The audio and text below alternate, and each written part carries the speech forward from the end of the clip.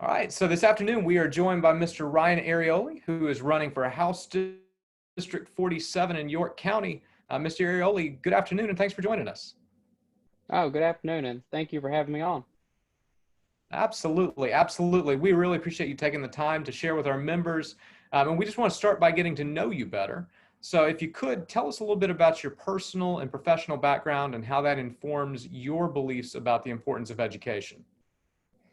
Okay, so my personal background is I came from a rural part of South Carolina. I grew up in Heath Springs, attended Andrew Jackson High School, which is a Title I school, and that's where I graduated, and went on to Winthrop University. And I would say what gives me my perspective on our state's educational system is experiencing the inequity that is inherent in our public schools. So, I came from a Title I.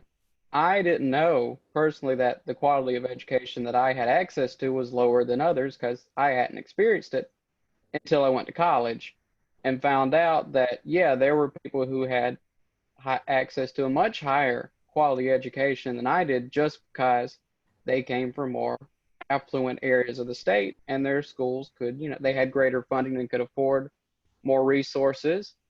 I mean, I didn't even know there was a such thing as a BC class until I went to college and heard other people took them in high school, and I was like, I don't even know what that is. We had three AP classes, and that was it. Sure. Yeah, So no, I mean, yeah, go ahead. I was just going to say, yeah, there's data from the U.S. Department of Education that over a quarter of students in the U.S. go to a school that doesn't even offer Algebra 2.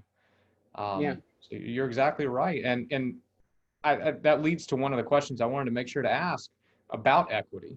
Our General Assembly has an obligation under the state constitution to fund a public education system, and our state Supreme Court has ruled that that education system must be, quote, minimally adequate. Now, as an association, we think that's entirely too low a bar, but as you pointed out, Yes. in some cases, we're not even hitting that bar. So as a member of the General Assembly, what steps would you take to push our state to provide educational equity and excellence for all students across zip codes? Well, I think we'd have to look at how well, we know how each school district funds their schools, and it's through property tax. So one of the things we're going to have to look at is how can the state supplement better that difference in funding? Because, you increase a school's funding, you increase their opportunity to offer higher quality classes and higher quality education. You also are able to attract more educators to that area because they're going to get a closer pay there than they would if they went to a more affluent area like Fort Mill. I mean, we've really got to look at how we fund schools. We can't have just a generic format that we say, well, this is what we're going to use for everything. We got to look at it at a case by case basis and figure out some way to offer supplemental funding that's better than our current Title I policies are. Well, you mentioned attracting educators to our rural areas, and that's something that's important to our members. And it's especially important because our state's experiencing a teaching shortage crisis. With over 6,500 teachers leaving the classroom in 2018-19 and 550 plus vacancies to start the year. So you mentioned that better pay would help with attracting better teachers into all classrooms in the state. But as a member of the General Assembly, what other steps might you think are necessary to help our state recruit and retain the very best teachers? Well, I think one, we have to look at what our educators want. I mean, in the past year, they've made it very clear what they wanted with the march outs and the sending stuff to the legislators of this most recent reform bill. But I think one of the things we can implement is a statewide minimum of pay levels. I would like to see 35. That might be a bit of a reach. A statewide minimum pay so that, at least every teacher is guaranteed in their first year a set minimum pay that's higher than what most school districts are offering. I would like to see the starting pay for first year teacher on a statewide level be a minimum of 40,000. That's something I would like to see, and I think it's very reasonable considering just in the past 2 years we've had millions of dollars in, surplus. So the state's got the money. We just need to allocate it better. The state had $747 million at the end of last fiscal Yeah. year.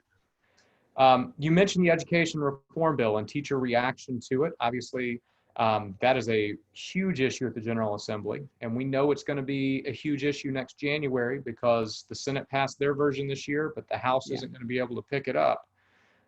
So the bill is supposed to be about reform of education. So as a member of the General Assembly, what are the top issues that you would push for reforming education in South Carolina? What do you think is necessary? Um, I think it's necessary that we address the pay levels. I mean, the pay steps. I think it's necessary that we address per student funding so that we can make sure teachers are minimally adequately able to fund their schools without using out-of-pocket money. You know, they already don't get paid enough. The last thing we want them to do is be using their own money to supply their classrooms so they can provide the student with a quality education. And then, of course, I think we need to also look at being able to, give our teachers a greater voice in our legislation process. Because, most of our legislators are not educators and they didn't work in schools. So if we really want true reform, it's got to come from people with the experience and people with knowledge of the problems. I'm not an educator. I didn't work in education. I don't have a background in it. So I'm not familiar with all the problems and how to fix them. So my best resource is going to be my best friends who both are educators and work in public schools. So if I have a question and if I want to know, so here's the problem, what's the best way you think is to solve it? I'm going to go to an educator. I'm not going to try and solve it myself because I don't have the background in it. And I think that's the biggest problem is we have people trying to solve an issue that they have no background in. Well, and one potential reform that one of our state leaders has floated is greater school voucher funding or creation of school voucher funding for private schools. Just today, the state Supreme Court heard the case in Governor McMaster's Safe Grant program to funnel $32 million in federal relief dollars to private school scholarships. And the governor said that he hopes that next legislative session, regardless of what the Supreme Court says about his one-year program, he wants the General Assembly to establish a permanent program of that type. So if elected to the General Assembly and that request comes from the governor, what would your response be? My response is taxpayer money belongs with taxpayer funded schools, which are our public schools. If private schools need more funding, then they can do what any other private business does, and they can get a personal loan, a business loan, or they can increase their tuition. Our schools are already underfunded. They don't need to be more money siphoned away from them and given to for-profit schools who are making money. Well, Not to mention that they're not even beholden to state standards, which correct. is another issue. Okay. Well, we've covered a lot of ground off our questionnaire and covered a lot of education topics, but I want to make sure that our members learn what you want them to know about you. So is there any ground we haven't covered that you just absolutely want to make sure that our 15,000 teacher members know about? So yeah, so I guess the biggest thing is why I decided to run. And the reason I decided one was because of education and just our state's quality. We're 43rd in the nation, depending on which poll you look at, which is awful, especially considering we've got some of the best teaching colleges in the nation. We should be doing pretty well, but the issue is they don't stay here. They go somewhere else because our teachers are so just under-supported and they just don't receive the respect or the resources they need to be successful and want to stay. So, I got started because I wanted to improve education.